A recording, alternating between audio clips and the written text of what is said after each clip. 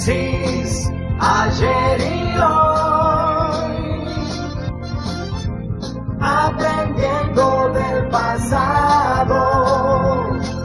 Demencis, ayer y hoy. No sé quién habrá instalado aquella frase de que todo tiempo pasado fue mejor, pero debe ser que cuando el ser humano ve que transcurre la vida, se aferra a los recuerdos de tiempos anteriores y hace entonces gala de que era otra época, pero en realidad sí, era otra época porque esa persona a lo mejor vivía un estado de juventud diferente al que le toca cuando señala esas cosas. Puede ser. Lo cierto es que el padrón argentino está marcando que más de la mitad tienen menos de 40 años. Y como cuando se tiene menos de 40 años y se distorsiona la historia y la información, se hace muy difícil a nivel cultural explicar qué fue la Argentina antes que ellos nacieran y cuál es la Argentina de hoy. El tren de comparaciones resulta a veces odioso porque pertenece a los abuelos, a los padres o a la gente mayor. Y es lógico que el joven sea rebelde y que diga, ¿de qué me están hablando?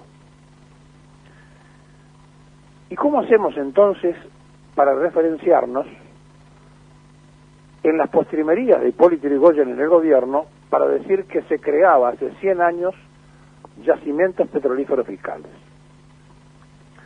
Miren dónde hay que ir a remontarse para decir se descubrió petróleo en Comodoro Rivadavia y la Argentina hace un siglo creaba su empresa de bandera, con todo lo que después pasó y con todo lo que hoy nos pasa, que estamos importando hidrocarburos en un país que tiene todo absolutamente en el subsuelo.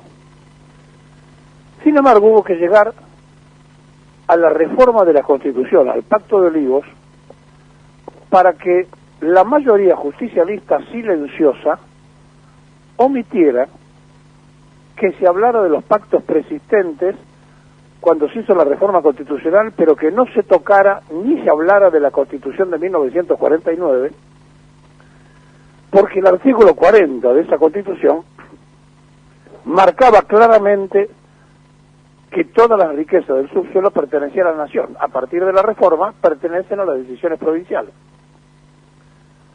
Y por eso cada provincia puede entregar el oro, el uranio, el petróleo, sin explicaciones en el orden nacional.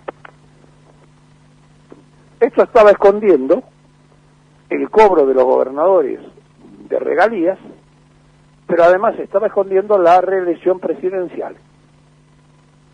Alfonsín sabía que perdía el radicalismo con Duhalde por 6 años o con Menem, si le daba la reelección, por 4. Le convenía lo de Menem porque era 4 años. Y aceptaron la reforma, pero sacaron sus ventajas. Soñaban con que iban a administrar la ciudad de Buenos Aires, pidieron ser una ciudad autónoma, le dijeron que sí. Pidieron poner un senador por la minoría porque no podían ganar en las provincias, le dijeron que sí. Y se avanzó en una reforma donde hubo un silencio de radio notable de los convencionales constituyentes que se decían representar al Partido Justicialista. Y esto tiene mucho que ver con el desarrollo minero que va a venir por las buenas o por las malas, con nosotros o sin nosotros, con este gobierno o con otro gobierno, porque ya le han sacado a la tierra las riquezas en el Asia, en el África, y tienen conflicto en Europa que no se puede ni autoabastecer, y van a venir a buscar lo que tengan que buscar. Y entonces hoy se van a juntar, después de aquella reapertura del Congreso que no se vieron nunca más, el presidente y la vicepresidenta.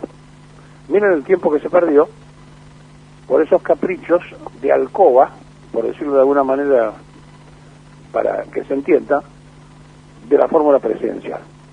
Bueno, hoy se van a ver a la tarde en un acto en homenaje al recuerdo de YPF y por supuesto de Hipólito Yrigoyen, porque durante su gobierno se creó. Pero mañana es la fecha del nacimiento del peronismo.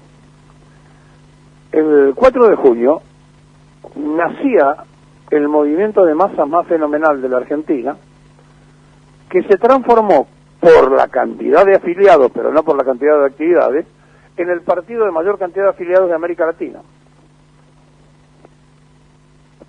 Pero claro, ¿para qué sirve un partido que es un cascarón vacío si no está activo, no?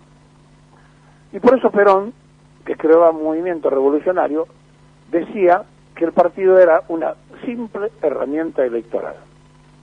Y como tal, lo han tomado algunos muchachos que se apoderaron de él, le pusieron candado y se llevaron la llave a la casa. En el mientras tanto, tener que ir hacia atrás para esa mayoría de 40 años, o más de la mitad del padrón de 40 años, y explicarle a Irigoyen y explicarle a Perón, es trabajoso. Porque es como que uno detiene el futuro y habla del pasado.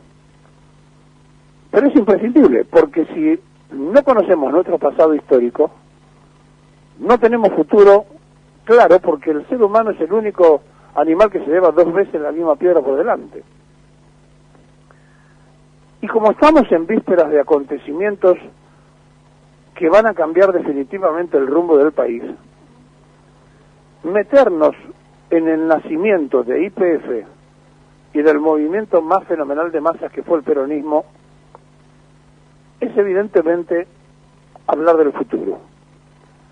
Porque desconociendo ese pasado, esa mayoría o esa mitad del padrón que tiene menos de 40 años, pueden llegar a votar a cualquiera.